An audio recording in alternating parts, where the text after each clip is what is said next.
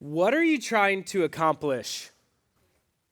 That's a question that I have found myself asking a lot more recently. So, like, for example, as I'm putting together this sermon that I'm giving right now, when I'm doing that, I'm asking myself this question: what am I trying to accomplish? Right? What do I want this sermon to do? What do I hope that students will walk away with after they hear it? What are you trying to accomplish? Sometimes people come to me and they ask for my opinion on something or advice on something, and one of the first questions I have asked them is, well, what are you trying to accomplish? Like, what do you want to happen in this situation? I need to know that in order to give you the best feedback. It was the question that I remember asking when I was at a junior high camp, and I walked into the bathroom, and there was a junior high boy with a towel wrapped around his waist, blow drying his soaking wet underwear. And I remember being like, what are you doing? Like, what are you trying to accomplish right now? Turns out he had only brought one pair of underwear with him for the entire trip. So he had washed it in the shower and then needed to blow dry it so that he could wear it for the rest of the week. Not saying that that was at this church. Maybe, maybe not. What are you trying to accomplish? It's a question that I found myself asking a lot when I was looking at your guys' calendars. Because about a week ago, I sent out a text to our students and I simply said, hey, if you use some sort of a calendar to keep track of all the things that you have to do throughout the week, all the things you have to accomplish, send me a picture. I want to see what they look like. And when I looked at the pictures of those calendars, they were full. My goodness, gymnastics, cheer, sports, church, choir, theater, band, FFA, trainings, practices, lessons, workouts, studying, homework, tutoring, college prep, travel teams. If I described one word, if I used one word to describe what I think you guys are trying to accomplish, the word would simply be more. Seems like you are always trying to do more, accomplish more, fit in more things. And maybe you've even found yourself pressuring yourself with this, being like, oh man, like I really need to be studying more. Oh, I've really been neglecting my friends. I really should spend more time with them. Oh, my parents do so much for me. I really should do more for them. Oh, my application for college is looking a little weak. I really need to get involved in more clubs or more activities. And it's more. And I wonder what the answer would be if I asked you the question, why? Why are you always trying to accomplish more? And I don't know, maybe you would say, I don't have any choice. I have to. But I wonder, why do you have to? Like, what's going to happen if you don't? What are you afraid of? Or sometimes people say, well, it's because the people that I care about are more proud of me, it feels like, when I accomplish more. Or usually the answer that I get the most is, well, the reason I have to accomplish more is because it's required in order for me to be successful in life. I have to accomplish more at school and get the best grades and have good extracurricular activities so that then I can accomplish getting into a good college, so that then I can accomplish getting a good job and make good money and have a good life. And I think all of these answers boil down to one thing. The reason we want to accomplish more and more and more is because we think it'll make us happy. If we're honest, we think, I'll be happy if I do more, if I accomplish more. And my friends, I'm afraid that you have been lied to. I'm afraid you've been lied to because you have believed that if you just accomplish more things, if you become a straight A student, if you become an excellent athlete or excellent in theater or excellent in band, if you become popular, if you master a trade, whatever it might be, that you'll finally be happy. And it doesn't help that teachers and coaches and adults that you trust add to this. They fuel this by encouraging you that if you just accomplish greater things, if you just do more, if you just win, you'll have a happy and fulfilling and successful life. But here's the problem. It's not working. Because guess what? Teenagers are more stressed and more burnt out in life than they have ever been before. And I want you to know that is not just Chris saying that off the top of my head. This is something that study after study is showing. And one study found, probably to no surprise by you, because it's about you, that the three main causes of this unprecedented level of stress and burnout with teenagers are the pressures to succeed in school, the pressure to get into a good college, and the pressure to figure out what in the world you're going to do with your life. And you've been told that if you do more and more and do whatever is necessary in order to accomplish those things, in order to accomplish more in school, in order to accomplish getting into a great college, in order to accomplish a great career afterward, that then you'll be fulfilled. But actually, teens have never been more unhappy than they are now.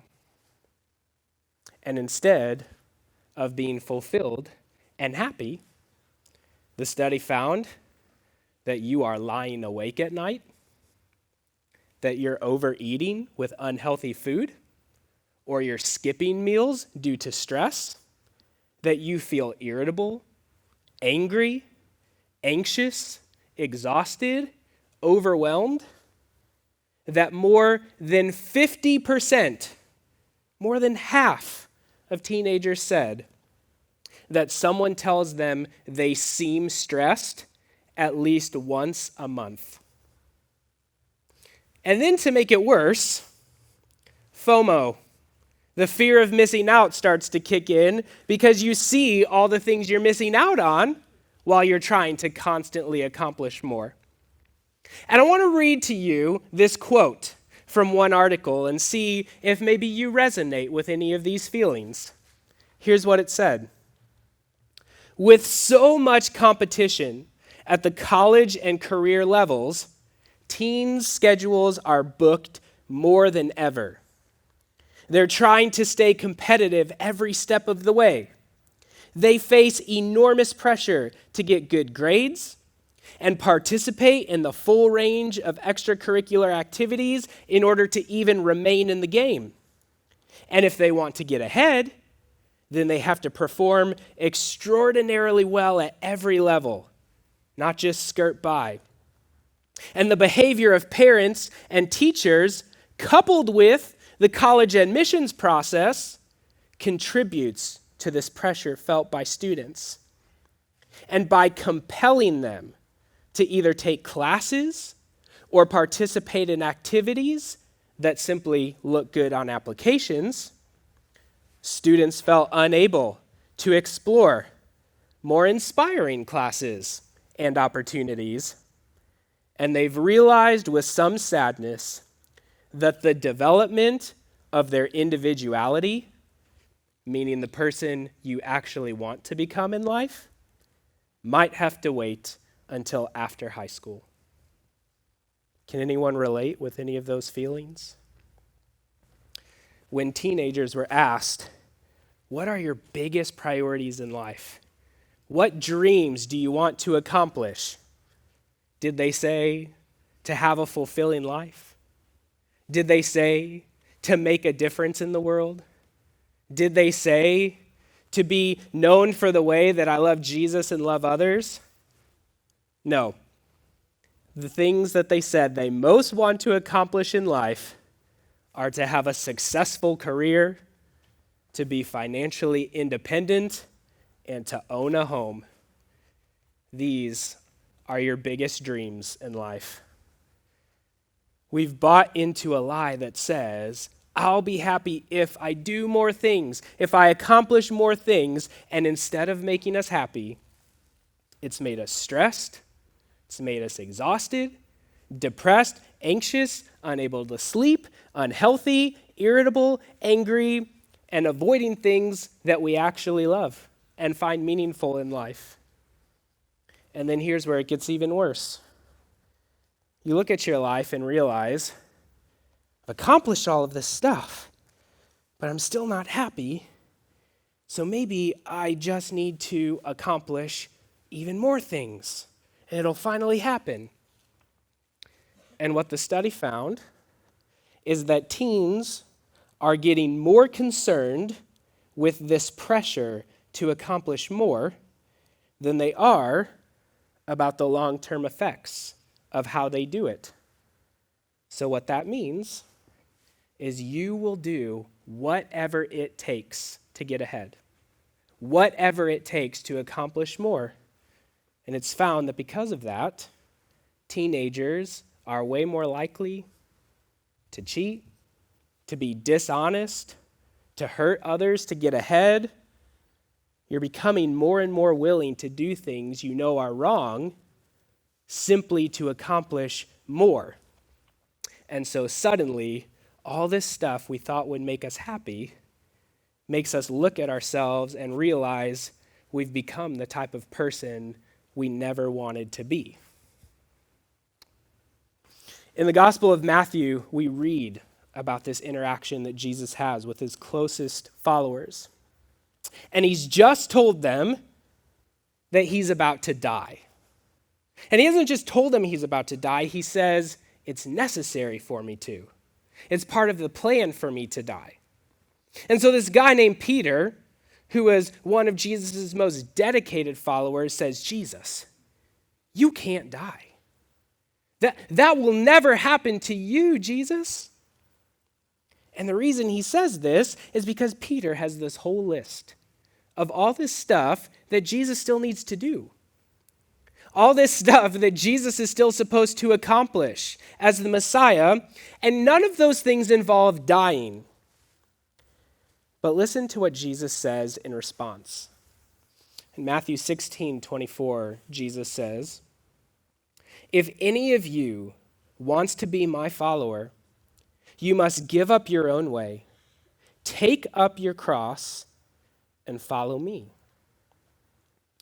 See, Peter has his own way of what he thinks Jesus should do and what Jesus should accomplish. And this world has its own way of what they think you should be doing, of what they think you should accomplish. And I think that if the world were to make their version of Jesus' statement right here, it would maybe sound something like this. If anyone wants a fulfilling life, you must be the best. You must win. You must get into the best schools. You must get the best job. You must have the most successful career. You must do and accomplish more, and then you'll be happy. But Jesus says something radically different. Jesus says, give up that way, and instead, take up your cross. What in the world does that mean? What does he mean by that? Well, what did I say Jesus had just said earlier? Jesus had said, I have to die. It's part of the plan. It's God's will for me to do this. And I'm pretty sure that if Jesus had his own way, he would have probably preferred not to die, especially not to die on a cross. But he wasn't following his own way. He was following God's will. And my question for all of us is, will we continue to run after our own way of trying to gain happiness and fulfillment by doing more and more and trying to accomplish more and more? Or will we give up that way, take up our cross, submit to God's will, and follow Jesus? Then Jesus says something really crazy. He says, if you try to hang on to your life, you'll lose it. But if you give up your life for my sake, you'll save it. And what do you benefit if you gain the whole world, but you lose your own soul? Is anything worth more than your soul? And I think so many of us, I know everyone is trying to find happiness. We're all trying to find fulfillment in this world. We're all looking for a life that is meaningful and has purpose, but we're doing it by pursuing success and accomplishments. But Jesus says here, what the studies I read to you earlier confirmed, right? Which is this: if you try to find your life that way, you're going to lose it. You're going to end up stressed, exhausted, angry, depressed, anxious. You're going to end up hurting others, doing things you know are wrong just to get ahead. And sure, you'll accomplish more, but you won't be happy. You'll become the opposite of the type of person you always wanted to be. And what good is it if you accomplish so much that you gained the entire world, but you lost yourself in the process? You destroyed yourself doing it. You drifted so far away from the person God created you to be. Is it worth that for all those accomplishments? As Jesus says, is anything worth more than your soul? And instead, Jesus says that the way we find fulfilling life, the way that we actually find happiness, is to instead lose our life for his sake. Not like to literally die necessarily, but to stop chasing after our own will, or at least stop chasing after what the world has told us we should be chasing after, and instead to align our lives with God's will. And when we give up our own desires for accomplishments, and we instead pour our whole lives out for Jesus, this is where happiness comes from. I view it kind of like this. If this is you or me, the way so many of us are living is that we're trying to find happiness by accomplishing all of these things. We think I've got to do more and more. So we're like, okay, I've got to make sure that I succeed at school and get good grades and do the best that I can there. And to be a well-rounded person, I got to make sure that I either do a sport or band or theater or something like that. And, it'll look good on my applications if I'm, student council, maybe if I've got some community service hours in there. And, I got to make sure that I'm doing everything I can to get into the best schools. I got to make sure that I've got my 5-year strategic plan in order to have the most successful career. And we do more and more and more to find happiness, but instead, we find ourselves completely empty. As Jesus says, we lose ourselves. And we look at all of these things we're doing and trying to accomplish, and we're like, man, none of these things are really that great. Like, I just don't have anything left to put all that much into it. I'm just really getting by in all of these different areas. And we're like, I don't really know what I was looking for in this process, in doing all of these things. But I know this isn't it. This is not what I was hoping for my life to be. But instead, Jesus invites us to give up this way of doing things. that tries to gain happiness and fulfillment through doing more and more and accomplishing more and more, he says, give up that. Like, lose that way of life, and instead, come follow me. And when we choose to align our lives with God's will, and we say, forget all this, I'm going to pour myself completely into that, we find that our lives aren't empty, but instead they're overflowing with happiness and fulfillment. This is what Jesus invites us to. And I know that giving up our own way is hard. Like, who wants to give up their way of doing things? And who would want to give up that way in order to take on the way of Jesus? It's like, Chris, there's so much to accomplish. There's so much to do. It seems crazy to give up that way of living for Jesus. And of all things, to take up a cross. But clearly, following our own way, chasing after all these accomplishments is not working. It's not making us happy. It's doing what Jesus said. It's making us lose our soul. And this is the paradox of following Jesus, that in losing our lives, that in losing our own way of trying to find life, that we actually find what we've been looking for all along. Let me say that again. In losing your way of trying to find life, you actually find what you've been looking for all along. See, the reason losing your life is how you find it is because the life you find in Jesus is so much better than the one that you were looking for. And I want you to know, I'm not saying that getting good grades or getting into a good college or having a good job or being a great athlete or whatever is bad, but it's not worth losing your soul. It's not worth unprecedented levels of stress and anxiety and depression.